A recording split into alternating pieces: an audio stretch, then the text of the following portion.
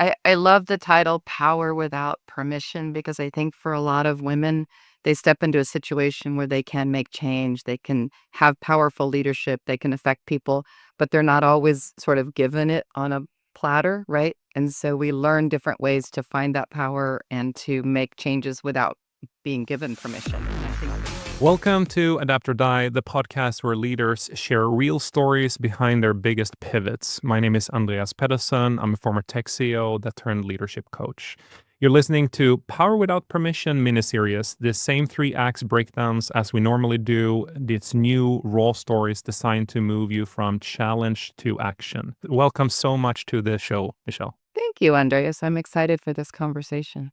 And for the listeners, Michelle is one of the very few people who can really ask me a single question, and my entire foundation of my mindset is completely changed. And I went, oh shit, what do I do now? Panic, grasping control again. And I'm also part of the amazing CEO peer group that she is facilitating.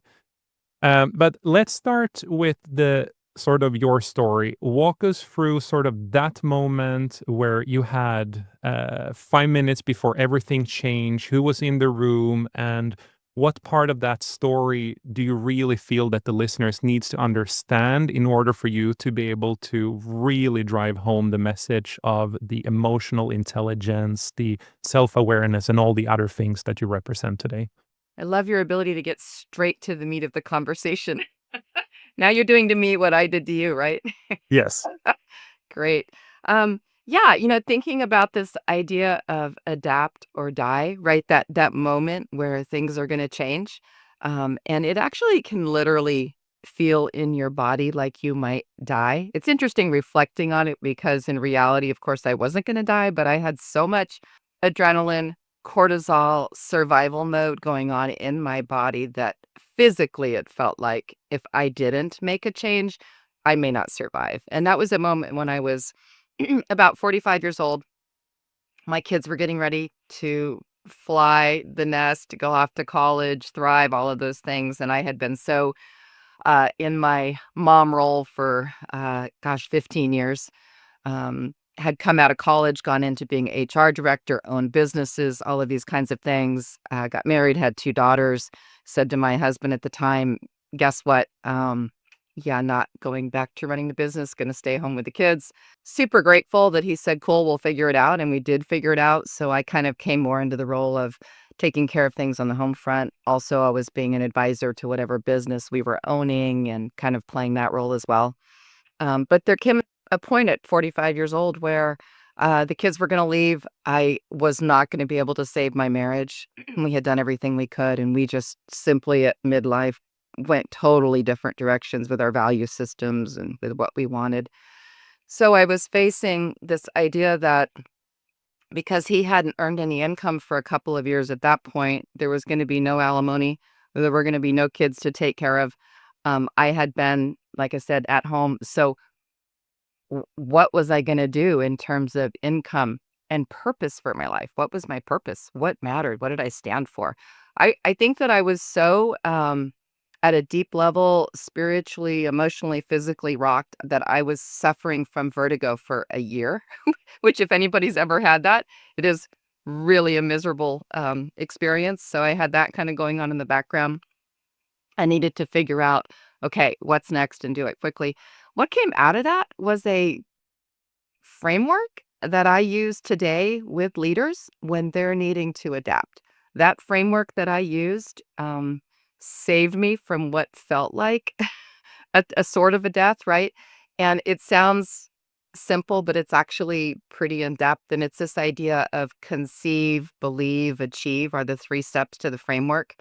At that point, I had gone back to get my coaching certification and understand the power of having the right mindset when you're stepping into something new, because there can be so much fear. And just to kind of walk through that a little bit, the conceive part is the part a lot of people skip and they don't do it at the depth they need to do it. That's what's the dream? What's the vision? What is exciting me so much that I cannot not do it? right? So instead, what people say is, oh, I need a good job with a good income, or I need to be a leader, or I'm going to start a company, right? It's really vague. Um, I'm saying you need a crystal clear vision. You need to write it down. You need to read it. If that vision doesn't lift you up, like it's not a 9 or 10 on the Richter scale, you got to go back to the drawing board, right? And we're afraid to dream big. Humans are afraid to dream big because what if we let ourselves down? What if we tell people about it and we fail, right? The shame that, like, all of these things that come up for us. So we tend to kind of dream a little small. We're only sort of excited and then we run out of fuel. Tell me, okay, so you're going through all these things at the same time. How did you discover these tools? Like, who helped you, and how did they now become part of sort of the toolbox that you're teaching others? That's a great question. I came out of a household that had a lot of value on intellect, but very little value or understanding of emotional intelligence. So we weren't allowed to do that side of things. So I started very early on looking for people to read that were authors on this topic of mindset and beliefs and the power of thinking and manifesting and all, these kinds of things that didn't fit with my household at all, but that I was drawn to. Went to college to get a business degree, ended up with a minor in psychology because I was fascinated by the psychology of motivation and what drives people and all of these kind of things. Then as my world felt like it was falling apart at age 45, I went back to IPEC was the name of the school, got my coaching credential, and started to even learn more about this. So this conceive, believe, achieve, the conceive part is harder than it sounds, like I said, to come up with a dream that's super exciting. The believe part is you have to believe you're worthy. If you don't believe you're worthy, if you don't believe you're going to bring value, you're probably not going to have the fuel to sort of see it through. And it took me about 2 years to do that part of the work. The achieve is just doing the work. I mean, there's a lot of work to do, but surprisingly, that's not kind of the hardest part of it. I meet a lot of people, Michelle, that they are aware that change has to happen. There's a lot of fear, anxiety, doubt. And I'm 100% with you. It's not until you understand that you are sort of worthy and you have an understanding and awareness, an emotional intelligence enough where you are brave enough to truly understand who you are. That's when action happens and you get the results. I think a lot of listeners, a lot of people I stumble upon, they don't even know where to start to get to that level where they can start Right. from a mindset perspective. What advice would you give them? Speaking about the believe part, the believe I'm worthy part, I feel like it is more of a being curious and being on a journey than a 1, 2, 3 sort of steps that you can take. So for me, I was an introvert that wanted to lead CEO groups. I wanted to lead leaders as the only female in the room often and as an introvert. So it felt ridiculous, to be honest with you. It also felt like something I was totally drawn to and that I knew I could get to. But what's the first step? Okay, let me join Toastmasters. Let me start speaking to small groups. Let me start my own little tribe of friends that, these kinds of things that were really, really baby steps. But each baby step I took built on the last baby step. And then going back to the conceive and reading my vision every day multiple times. Like, reading that vision was on my mirror. It was there. I read it so that I could go back out and take the baby steps over and over and over. There are ways to shortcut it sometimes. And it's not a shortcut, but sometimes doing therapy to find out what is my not worthy part of that. There's certain books and authors that are inspiring. Brene Brown was inspiring to me. There was a time when Oprah was inspiring. Like, who are these inspiring kind of people? And then looking for people. The other piece of this that's super interesting that I learned, do you know this concept of like first arrow and second arrow? Is that No, tell me, even if I might, the listeners might not. So tell the story. Thank you. So there is this idea that when you are needing to adapt and you're making rapid change, fear will come up, mistakes will happen, you'll do missteps. If you don't do missteps, you're probably not pushing hard enough, right? So you do a major misstep. Like, let's say for me, I'm working on bringing in this new client. I'm super excited. We've had 3 conversations. And at the end, this person says, it's really not for me. I'm not interested. I don't have time. Thank you. Right. So the first arrow is, oh, I don't have a client. The second arrow is I spent all these hours on it. What can I learn and take away from it? What are the lessons? What can I do better? Right. So those are first arrow. Second arrow is I suck. They don't like me. Obviously, I'm not good enough. Obviously, they would work with someone else. It's all of the blame and shame and regret, all those kind of things is what I call second arrow. That's where we waste time. So you have to, when this stuff is coming in and you're having the negative story, you have to identify first arrow, which has value, second arrow, which is optional, and I'm going to choose to skip that. Thank you. And go straight over to let's do it again. Right. And it saves you so much wheel spin to get into that mindset. And so much self-suffering because Ah, of anxiety, frustrations, doubt. Like the word doubt comes up so much in these conversations. And many of so just to do a quick promo here for the book is Power Without Permission. Michelle's chapter is very impactful, and we're going to get back to that, but you can kind of hear some of the discussions we're having in there. And the goal of the book is to help people start taking action, find those micro steps that gets them going. But I want to ask you, let's say that you are finding yourself in that modality where the second arrow tend to be spending or taking up 90+% of your time. How do you identify that? And like, how do you break out of that pattern? first of all, it's super common, right? Most of us are programmed that way, and we're not even aware of it. So the first thing is I encourage all of my clients to start eavesdropping on their thoughts. So, right, you are the voice or the presence behind the voice that's happening in your head. So eavesdropping on those conversations and being able to interrupt this flow and saying, yeah, I'm not available for that conversation. I've had to use a sense of humor because for me, I've always been uncomfortable in like a networking situation or certain social situations that I was uncomfortable in. And I had a course one time where we actually built like a physical doll of what this evil thing looked like that was telling me that I didn't do well in those situations so I could visualize it. So we actually built this thing. And so when I'd walk into a room to network, I would visualize this thing and I would say, "Oh yeah, watch me. Here I go. Watch me go. I'm in it, right?" Or "I'm not available for that conversation. Thanks for sharing." And I had to bring a little levity to it because it could be very painful to be criticizing yourself. The second thing is that when I'm talking to a potential new client, I'm starting to feel that upset, that fear, the I'm going to be rejected. I realize that's my ego. And me talking to Andreas about being in a CEO group, which can be transformative for his life, is not about me. I am a Not at all. facilitator. I am setting up a framework. I'm inviting you in. I'm establishing trust, and the magic happens because of the group, the tribe, the connection. And if I'm starting to beat myself up, it's like, okay, Michelle, how is this about you? Take yourself out of this equation. I am somebody who is like bringing someone into a scenario that can be life changing. And if I can take me out of it, the second arrow, the negative conversation, poof, evaporates. It's crazy.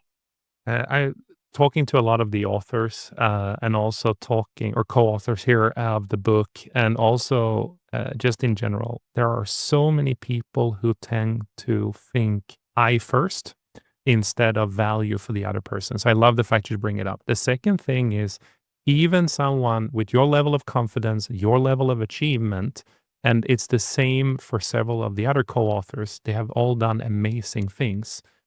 That doubt and that sort of catching themselves in the moment, the imposter in people or the insecure overachiever, it will never die, but it will be something that you have to learn to manage and control. Put it in the back seat. It's not the driver. What comes to your mind when I say that? First of all, what comes to mind is absolutely. I have those moments. I'll never not have those moments. If you're a human being, you have a conscience, you care about other people, it's going to happen.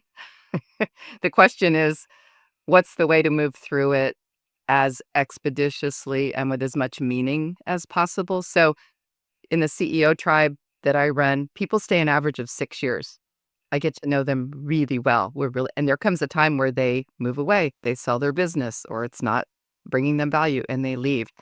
Every single time I go through this process of like, what should I have done differently? Is there something I missed? I'm gonna miss this person. Like I go and now I allow myself some grieving. I allow myself I used to fight it, like, okay, no, no, no, you don't need to do this. Now I'm just like, okay, this is a grieving process that I go through every single time. It's okay. And also let me speak to it more authentically with the person to say, it's been an honor. I've had such reverence for having you here. How can I support you going forward? I'm feeling some upset about like being as honest as I can, but I can't skip it. There's no way to skip it and stay human. I want to point out the value of what you just said, and I'm going to build upon it for any leader out there who is or has an employee who is leaving the company, Hmm. even if they have been a rock star or just an average person. Celebrate the exit, grieve them, and just think, what did that person learn from it? What have I and the company learned from it? And if you take that approach, you shift your they're abandoning me mindset into a positive thing instead, Yeah. which makes people come back, or it makes people feel so much more value that they would recommend the company to 10 other people. 100%. I say, especially in the US, we're really good at saying hello and really bad at saying goodbye. So I have had members leave after 5 years without coming to say goodbye because it's painful and because we want to skip that part.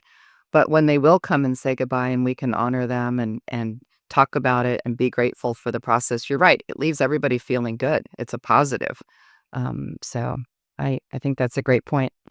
If you were to point out one thing to the listeners who are, oh, I'm not sure I can take action, and it's like, oh, yeah, easy for you to say, you have done it for so long. What's that one thing that you want to tell them of? Like, how do they break that cycle? Yeah, getting into action is an interesting thing. I it not to be redundant, but having a clear enough vision of what you want and why you want it is usually the place to go back to. That's your driver.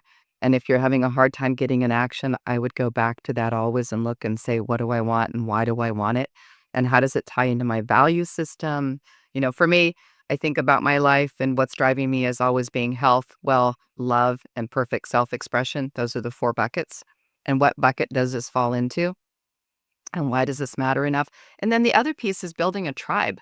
I was just thinking about how many tribes I belong to. So when I was going from being a stay-at-home person, about to be divorced, kids going to college, having no source of income, all of these kinds of things, I found three girlfriends that were in transition. We met every single week in a tiny room in the back of a coffee house in Mission Viejo with our little journals.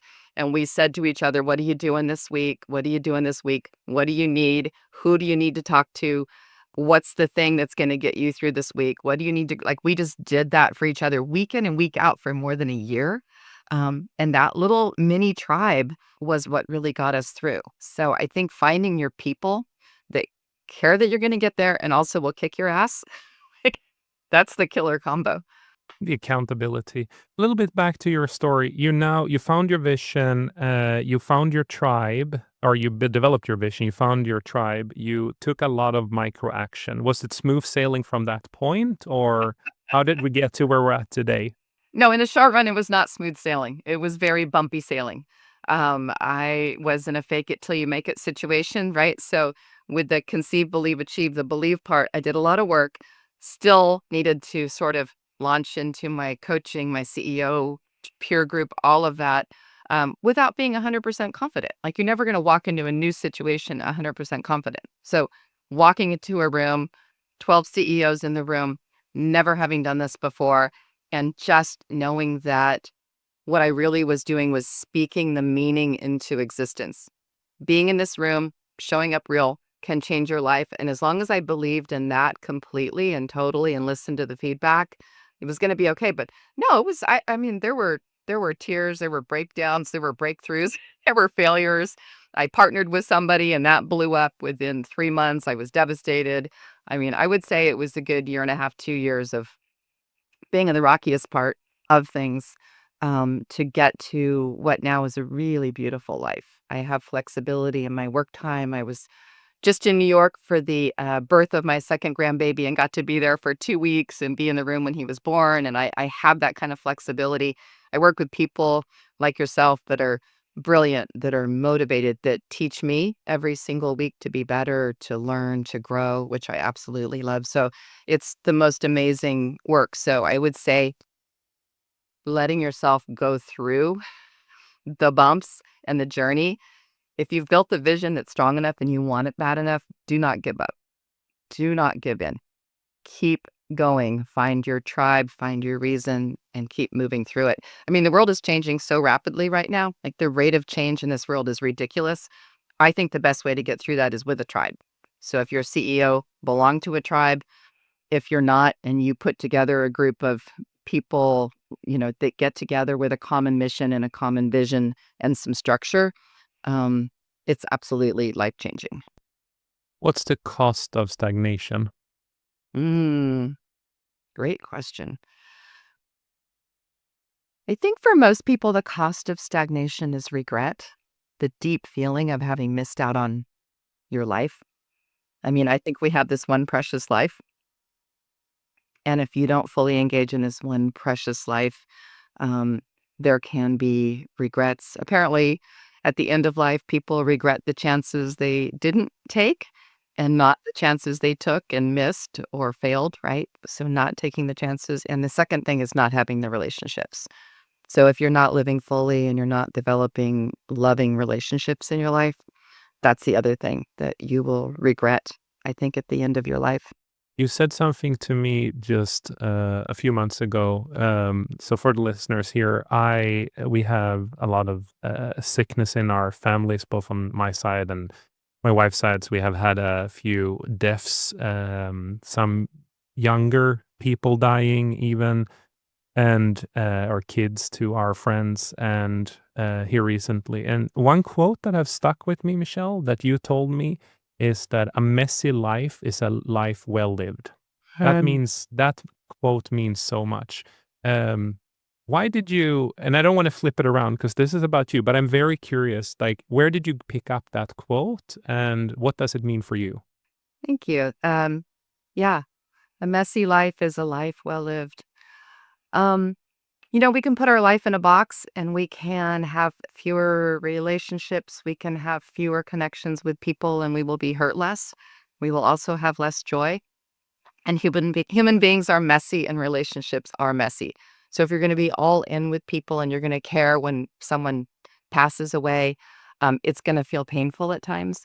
And if you walk around a house where every single thing is in order and it all is perfect and they've got children, um, I am suspicious about how that life is being lived and whether or not there's freedom for expression, for living a big life, for being as messy as we need to be to get all of the joy and squeeze all of the juice out of life. So when I see a life that's messy and full of a lot of people and a lot of ups and a lot of downs, I think, you know what, they're squeezing your juice out of their one precious life. So powerful. One part of the book that I really liked in your chapter is, and the book is Power Without Permission. Go to leadersadapt.com/book.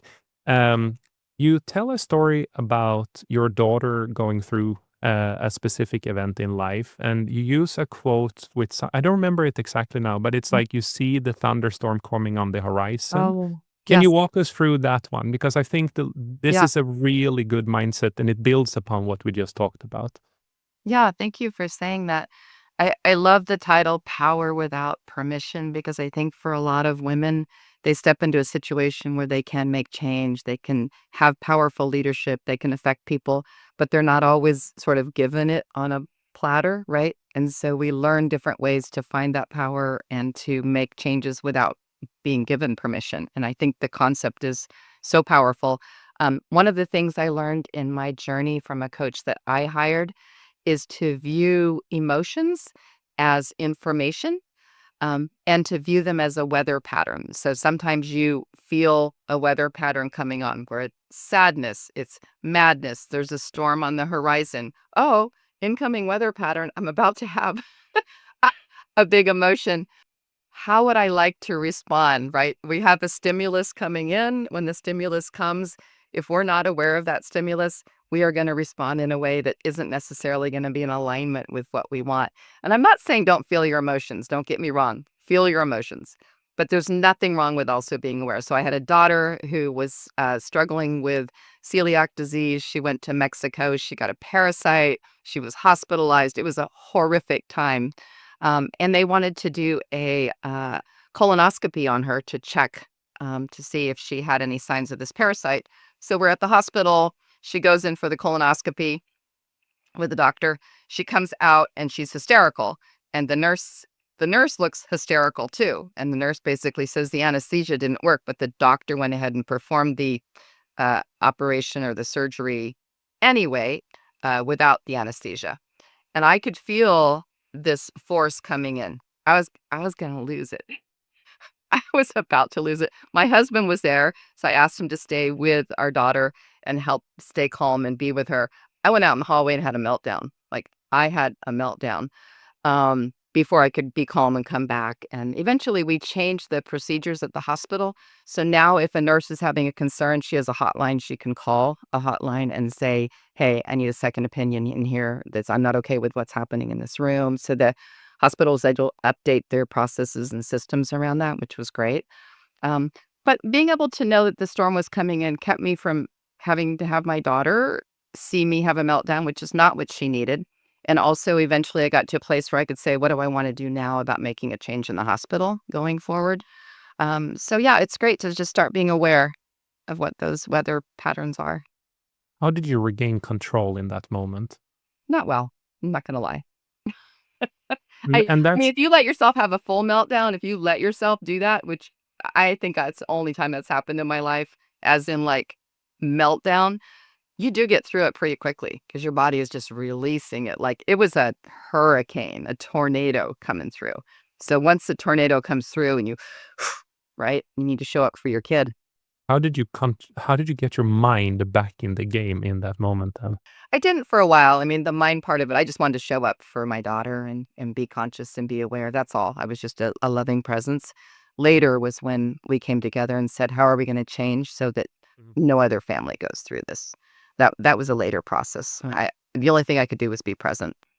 That specific part of the book, and even now when you tell the story, it is as a parent, it's I like the Horrific. emotion. It's horrific, and Yeah. having a son who has autism, and Yep. sometimes seeing his meltdowns, and Mhm. uh, he doesn't self-injure, but when he was younger, he flopped his head when he got really Oh. frustrated and cracked open his head multiple Oh. times. But that regaining control, but then also the seeing the weather pattern coming and seeing the storm will come, but there will be sunshine afterwards. Just that little awareness, that's that little grounding Yes. gets you through those moments. But like you said, you're not supposed to suppress the feeling. Have a meltdown. If you need a meltdown, do a meltdown. Have a meltdown. But But if you see it coming, it can help a lot.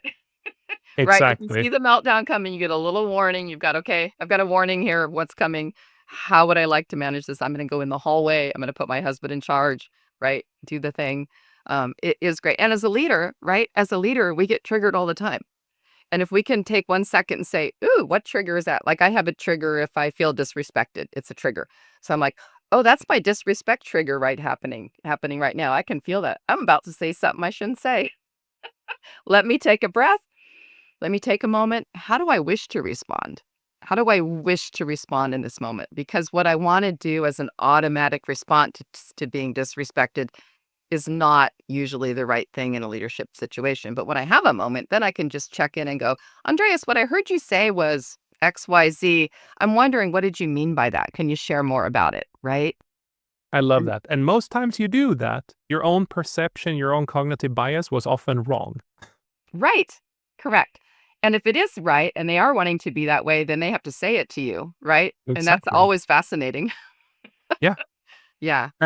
If you go back 15 years, and what advice would you give yourself as this woman who is now going like or maybe 15, 20, I forgot the number here, but you are now going through this recalibration of your life and what you're doing and everything else. What would you tell yourself? What advice would you give yourself? I love that. I think the biggest advice would be to be a little kinder to myself.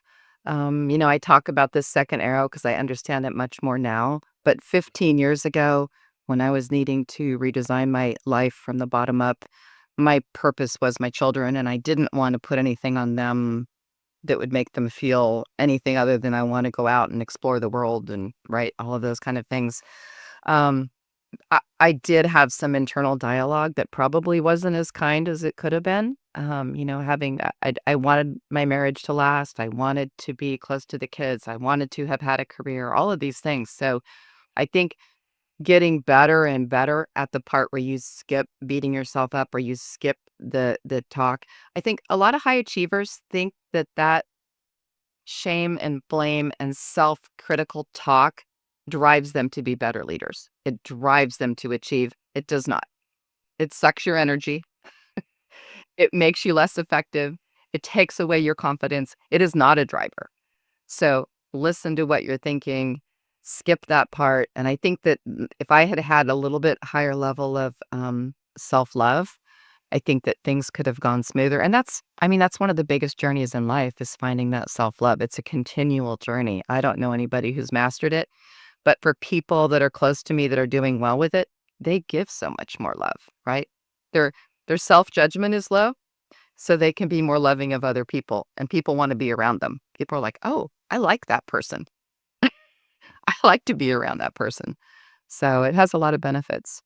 You are someone that I admire for your emotional intelligence, your self-awareness, and I feel you're extremely sophisticated and mature in your thinking, Michelle. Even as we were going through this book and you were writing your chapter, you said something that very positively surprised me. And that was you gave your reflection of the experience of being part of this book project. Can you tell the listeners a little bit about that and how can they use that information in their lives?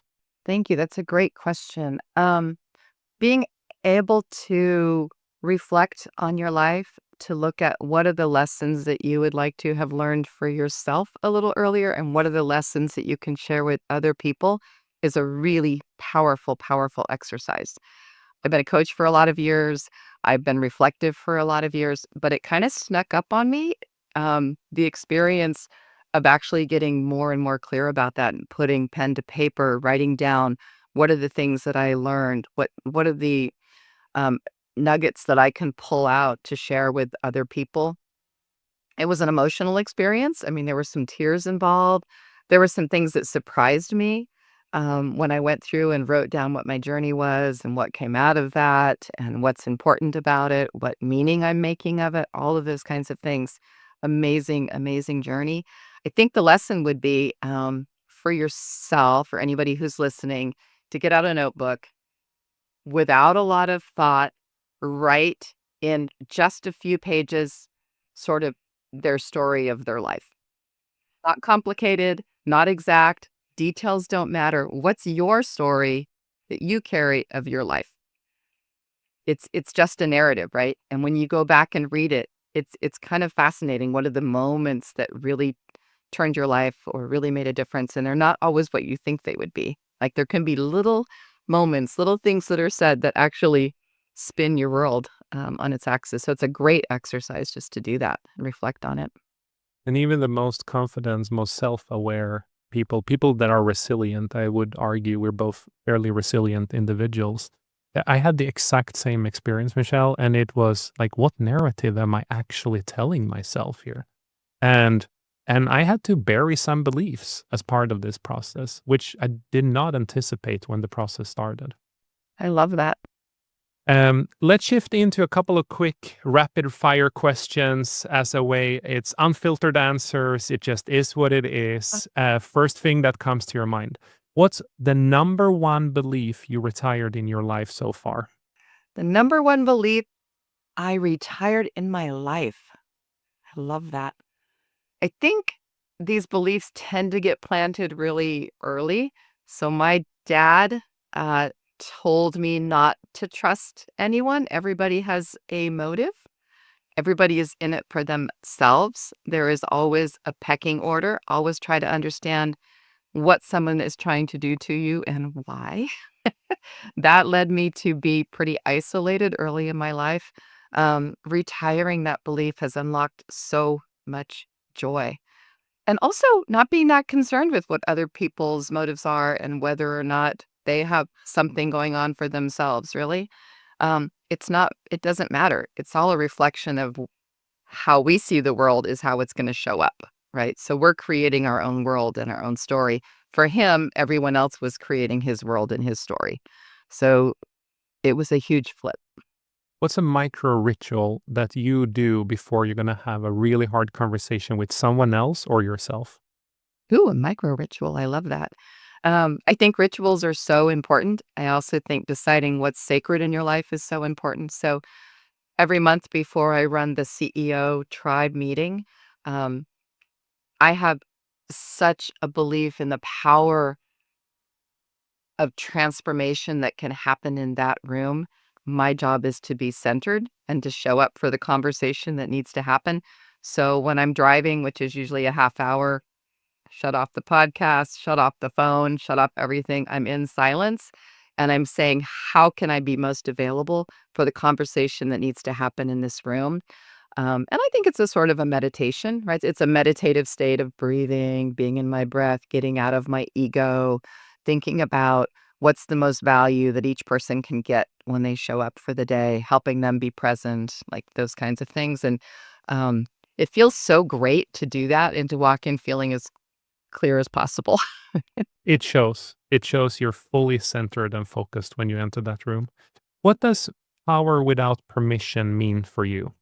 I love that the title of this book ended up being Power Without Permission. I know there were a lot of titles that were kind of looked at. A lot of them made sense. But when this one popped to the surface, it took me a minute and I was like, oh, yeah, that's what we're talking about. And I think it particularly applies to women in leadership. I coach women in leadership, and for them finding an authentic voice. For me, my voice is not loud. Um, I don't jump up and down to make a point. I'm quiet about it. And yet I'm very clear about what it means to be a leader. If we talk about power in terms of leadership, then being in a leadership role is about understanding the operating principles, the mission. Like it's all about the scaffolding for me. And it's about having permission from the people that are in the room to lead us towards that mission or toward that goal. So, yeah, I don't think we need permission to do and to move forward in the world, but we're getting permission and buy-in from people all the time just by the way we're leading. So it's a very interesting title, and I'm loving it. Thank you. Thank you so much for today. Like, I have to admit for the listeners here, I have probably 20 more questions, but this is probably a follow-up podcast to cover some of those. For any of the listeners out there today, if you like this conversation, please leave us a 5-star review on Apple Podcast. But I want to know, where can people find you, Michele, and who should be reaching out to you? Great question. Um, I very much enjoy working local. So if you are in Orange County, California, I want to be in the same space physically with the people that I'm working with. I find a lot of joy in that. And I also think that more and more people are looking to move off of screens and into like what do you call it? IRL, right? Being in real life and experiencing. So if you're in Orange County and you're a leader and you're on a path of growth, I'd love to hear from you. Q4 Leaders is my website. I'm, of course, also on LinkedIn, Michele Jewett, so you can look me up there. And I'd love to reach out and have a conversation with you. And my endorsement on that, there are many CEO peer groups out there. Michele brings something extra, and you probably heard this in this episode today, and the fact that you get everyone to be open, everyone leads with purpose, they're all vulnerable, and they all amplify one another, and there isn't one person in the room who takes all the space. You are very good at dividing attention and making sure everyone leaves with value. So absolutely make sure you reach out to her.